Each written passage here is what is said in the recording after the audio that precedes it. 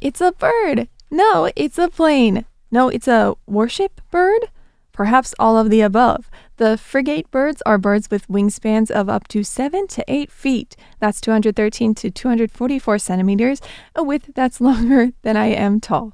Taiwan boasts one of the world's highest densities of bird species. Of the roughly 10,000 varieties found globally, Taiwan and its outlying islands are home to or provide resting spots for nearly 700.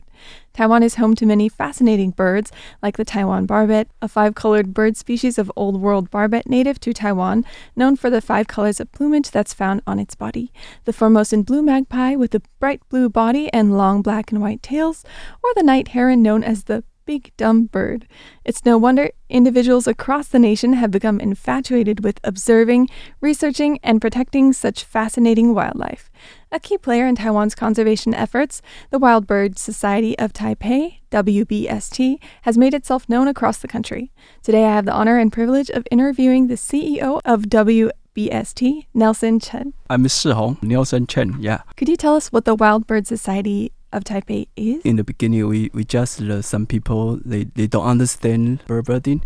And there's some American army, they come to Taiwan because, as you know, the bird watching in America is very in the early times. So somebody, wow, Taiwan has so many birds here.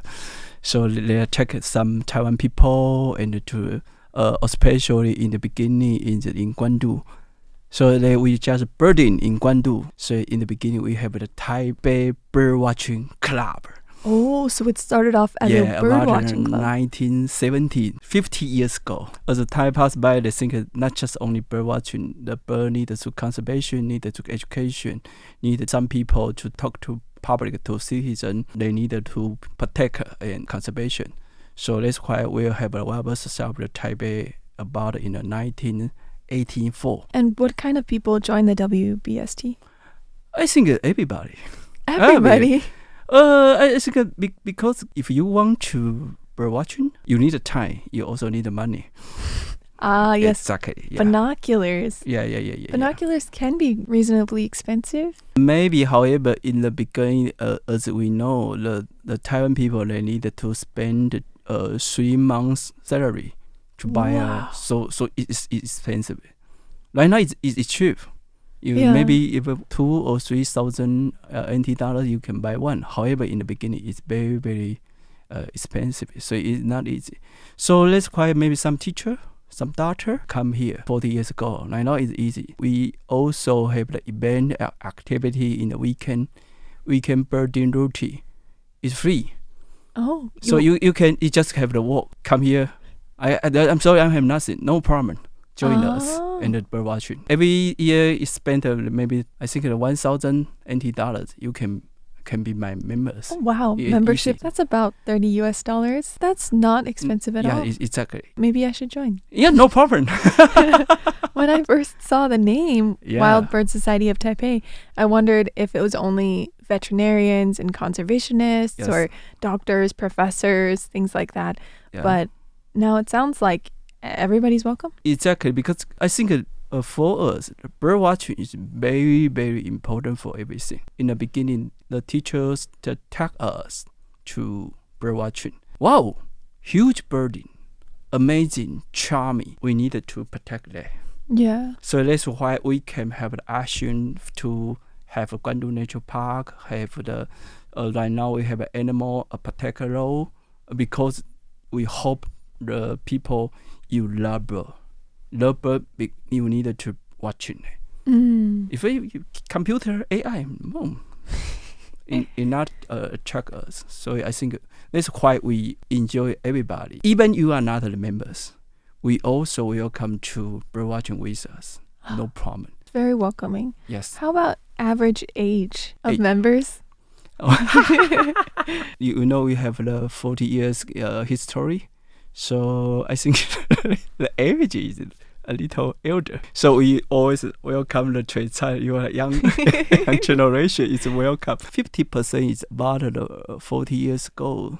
10% is the young young people. Yeah. No What do problem. you do as your profession or your background? Yeah, in the beginning, I'm working for the Guandu Nature Park. I'm the environmental education graduate school student. So in my early beginning, I'm also not a bird watcher. I'm not a birding because the Guandu is very, very important bird area.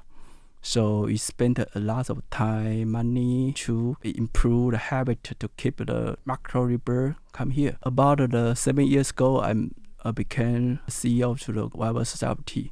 And my role, I think, also keep people they can understand what's the bird, especially the animal, the wild animal. Because as you know, because there are different species to the cats and also to the dogs, very, very different.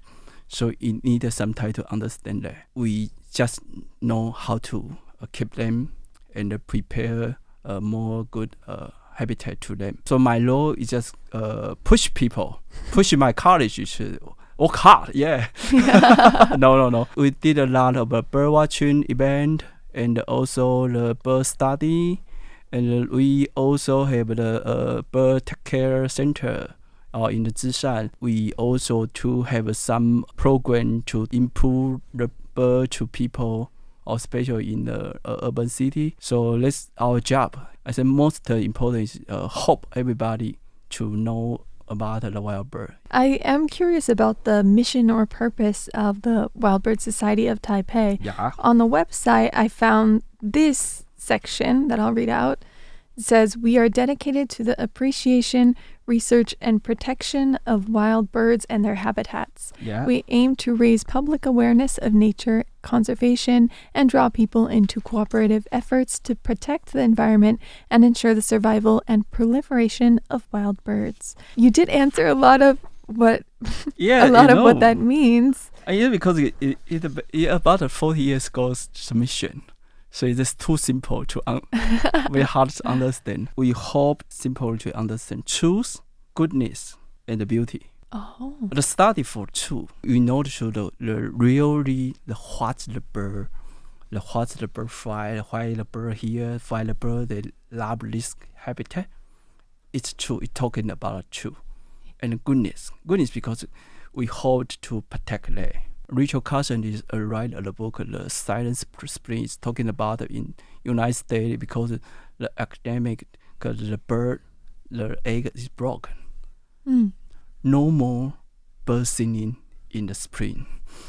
I think it is very a shock to us. So the goodness we need to protect it, to help the bird here. The beauty, bird is charming, beauty, amazing. So at least I choose goodness and the beauty. So this is our mission.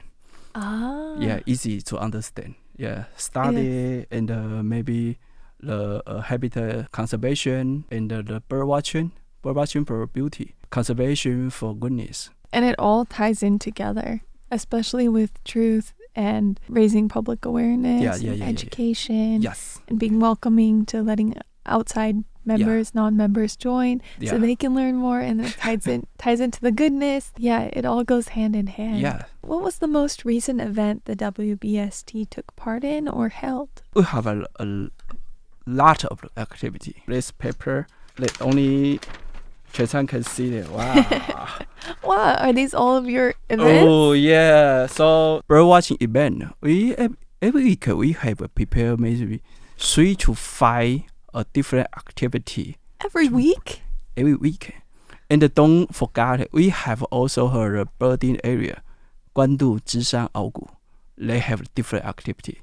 So maybe I think the Wildlife Society every week we can more than 20 different activity for education and for everything. Some people when in the beginning for bird watching they want to more. I want to see more birds, so see the different birds, see an active bird, or see the academic bird. So we maybe 1 month we have taken people to travel 3 to 4 days to like the Mazu, Penghu, Kending. Wow. Maybe we go outside to Japan, deep bird watching activity. And right now we also hope the bird in the urban city they can more safety. Right now we have like a small exhibit. So we have a small exhibit in a different restaurant, especially ice cream restaurant. What? Yeah, we have the bird exhibit in the Why? in the ice cream. We hope the space to exhibit the urban bird with human. However, there's I think a very excellent restaurant. They say, hey, we have a space. Come join us. Yeah, as I know that the colleague told me, oh, what space? Oh, ice cream. Wow. Yeah.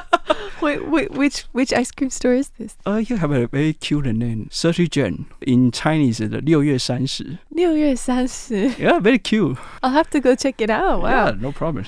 If you're having multiple events a week and having international excursions, Yeah. then I should ask, how many members do you have? Not so many, 1,000. Oh. 1,000. However, we have 600 volunteers. Wow. Okay, volunteers are different from members. No. Our volunteers mostly is our members. Oh. So you join my members, and next time you must be our volunteer. Very important. Yeah. Yeah, you send it to all the country. We very welcome all the people come to join our regular weekend road trip because very convenience, easy. Check MRT. We have the time, to, especially in this harbor, and you can spend the MRT station. You can join us. And we take a run, especially surround the Taipei. So the membership is not limited to Taipei. Yeah. It's not limited to Taiwan. Yes, exactly. I'm more familiar with the United States. Yeah. A lot of people in the United States are big into birds. Yeah. Bird watchers. They're very gung-ho about birds. Yeah. So if they were able to travel, for example, to Taiwan, and then also be able to experience Taiwanese bird culture. Because a couple years ago, for the Texas, I joined there because I work with the Taiwan government. They ask United States people come to Taiwan for the bird watching. Right now, we maybe some bird guide, like the Jianlong. I think in Taiwan we have bird watching trail in Taiwan. Yeah, Jenny Xie. I would love to go on a bird watching trail with her. No problem. That'd be amazing. Yeah. And to just pick her brain too about what she knows about the birds. We always see bird you see from your eye very, very different. Would you say that Taiwan is a good bird watching destination? Yeah. Yeah. How good? Travel is easy. Food is great. Food is great. Bird is easy going. Is it easy to going? find? Okay. Yeah, easy to find. And the more important is, I think, the healthy. We quite a joke because maybe you to Russia, you maybe take 4 to 5 hours just see one bird. Yeah, because it's massive. Yeah, everywhere. Yeah. For you come from Taipei to the central mountain, and maybe for easy 3 hour activity, very, very easy. Yeah. That brings up another question I have, because you are the Wild Bird Society of Taipei. Yeah. Taipei is the largest city in Taiwan. It is very populated, and it's very urban. It's very dense. So realistically, how many birds can you really see around Taipei? In Guangdong, you can have maybe more 120. In the whole Taipei city, you can find 400 species. Oh, huge. Yeah, that's a lot. It's a lot because we are lucky. We have sea, we have mountain. And we also in our river is also beauty. Yes. And the people is very kindly to birds, so birds don't worry about today. Absolutely. Yeah. At our station here at Radio Taiwan International, maybe it's because we're next to the mountains. Yes. But on my way here, I see different species of birds every day. Yes. Yeah. Especially, there are a lot of dabanyao, big dumb birds here. Yeah. Yeah. Yeah. Malaya night heron. Yeah. Very cute. It's a different joke. My Malaya people. Hey, I don't never see the Malaya night heron. What? Malaya everywhere. Yeah. Really? They don't see? Because the native the Malaya night heron in Malaysia, they live in the rainforest. Yeah. And rainforest is huge, and every tree is hard to watch in there. In Taiwan. Yeah. They're just next to the So street. the CEO of the Wildlife Society of Japan, they come to Taiwan. They say, I want to see the Malaya Naela. Why? Yeah, why? It's like Why? pigeons here. Yeah, it's so easy. Yeah. I see one almost every day. Yeah. When you walk around the Danshui River, have a bike, everything, you're easy to watch a bird. I will say, when I visited New York, I saw a circle of pigeons. We don't have very many pigeons in Nebraska, Yeah. where I'm from. Yeah. And when I saw the pigeons, I was so excited. Yeah. I thought, wow, let's Wow. feed the pigeons. Let's go look. Let's take pictures with the pigeons. And the local people were confused. Like, we hate the pigeons. It's a different problem because the Taiwan people is too kind because we are easy to give the food, Yes. give the garbage, and then they come here.